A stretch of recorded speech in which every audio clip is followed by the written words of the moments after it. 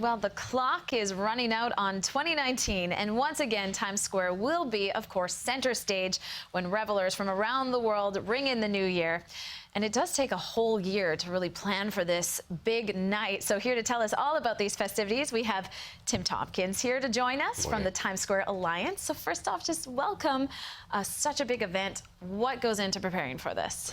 You know, it's a whole year of planning, and you think about something like the Super Bowl halftime show. They organize that in an empty stadium.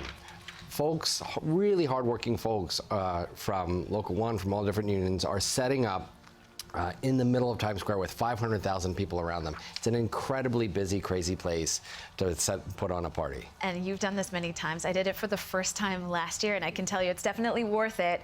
But there's a lot of lines, there's a lot of preparation. You really you can't go to the bathroom, but it's all worth it in the end.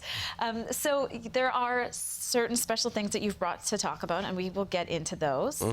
But also we are talking some fun facts. There are a number of crystals that have to be installed. So how does that all work? Yeah, so today we go through the exercise of putting the Waterford crystals on the crystal ball, and the theme this year is goodwill, because there's a different one for each of the crystals. We replace about a third of them every year. And you know, that crystal ball represents hope, and that's why people, you know, stand in the cold or the rain, as it was last year, because New Year's Eve is kind of a reset when we say we need to look forward and say, whatever's been going on during the last year, and you as a news reporter know that some of it's been crazy, we need to look forward with a sense of hope. Right, that's behind you, all about making the resolutions. And now we just saw a graphic on the screen here, and we're going to pull that up again because we do have some fun facts for you, just on how much, well, I think it's coming up here in a second, but just how much that ball weighs. Yeah, no, it's 11,000 pounds and, and you know, 3,200 or 2,688 Waterford crystal triangles. Wow. So there's a lot of moving pieces to it. And then also it says they're 12 feet in diameter. So, so that is huge. And so you were just talking about this year's design theme. Yeah. So the design theme this year is goodwill, because it's a way of tapping into the spirit of New Year's. And every year the Waterford crystal engineers come up with a special theme that they carve into the crystal.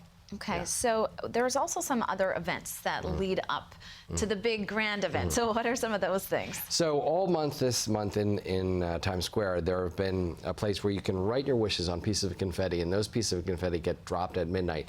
And it's really funny, the things that people wish for. Some of them are quite serious. That's awesome, and you've got some of them here. Like joy, this is a little one here. Another person here says, I always want to be there for my kids when they need me. And then that one says, I wish my job feels better. None of us have ever thought that, right? And these are, so people have all come, they've written these special messages, and then that'll sprinkle down on all of us. Absolutely. If this person wants better MTA service, I can identify with that. And this person wants another Blade Runner sequel. Yes.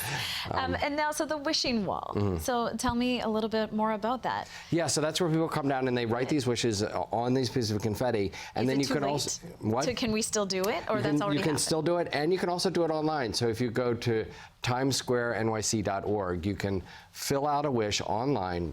We will print it out on a piece of paper, and it will get dropped along with about 100,000 other pieces of confetti that have wishes on them, amongst millions of pieces of confetti in the middle of Times Square on New Year's Eve.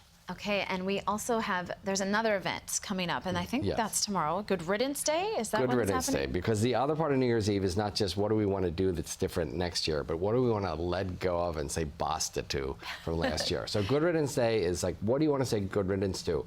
And just, you know, people have been filling them out, and you can come to Times Square tomorrow at midday, and you can pulverize, write it on a piece of paper like this. This one says, chemicals that can't be processed in our food. Want to say good riddance to that. Overthinking, from Taylor in New Jersey. So these are the kinds of things. Some people, you know, put that picture of the X into the shredding machine. Whatever you want to pulverize and say good riddance to from last year, you can do it in Times Square. I love that idea. And there's also something just about writing things down, writing down those resolutions, and oftentimes, well, that happens. Yes. Well, thank you so much, Tim, for joining us. We've had a lot of fun, and I'm sure you'll be celebrating there once again this year. Yes, absolutely. Running the whole thing. Well, thank you again. And for more on these New Year's Eve events happening around the city, you can head to our website, and that is cbsnewyork.com.